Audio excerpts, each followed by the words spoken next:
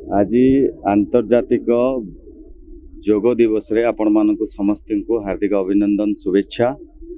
जो भली भाव रे आम देश को चकित नयन रे सारा विश्व अनै बसी आमर यशस्वी प्रधानमंत्री आमर यशस्वी प्रधान सेवक नरेंद्र मोदी जी को आह्वान क्रमे आज समस्ते ये योग दिवस पालन कराउची आउ जेमिति कुहा जाइथिला ऐतिहासिक स्थल मानकरे ये कार्यक्रम करिबा पई।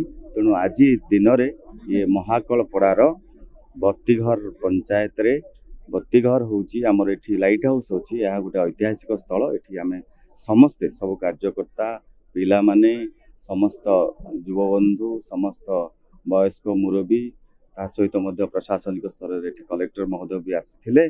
समस्ते एठी उपस्थित रही आज योग दिवस को समस्ते पालन करिसेंती। पालन करिबा सहित समस्ते एठी किछि समय धरिक आम योगाभ्यास करा जायतिला।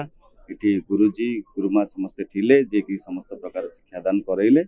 गोटे कथा कहिबी समस्तंक जीवन रे गोटे घंटा समय बाहर करंतु निज पाई निज शरीर पाई। आमे जेतेबेले बहुत व्यस्त बहुल जीवन भितर समस्ते रोचंती आम मानकर समस्तंकर काम रहुची जे गोटे घंटा आमे निज पाई मध्य समय बाहर करिबा। योग होउची गोटे माध्यम हमको निरोग रखिबा पाई। योग होउची गोटे माध्यम हमको सुस्थ रखिबा पाई।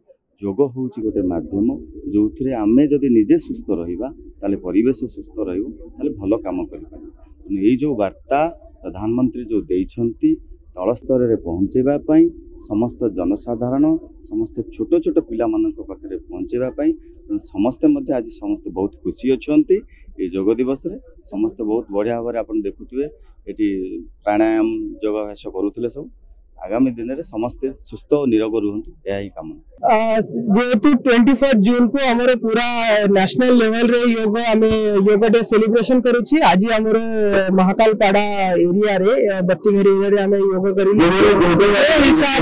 से हिसाब रे आमे सब ब्लॉक को और डिस्ट्रिक्ट लेवल को हमर government of India government of Odisha समस्त कि हमर स्वास्थ्य डेली आमे टाइम काढिबा और निश्चय योग करिबा और स्वस्थ रहबा सुस्थ रहबा। धन्यवाद।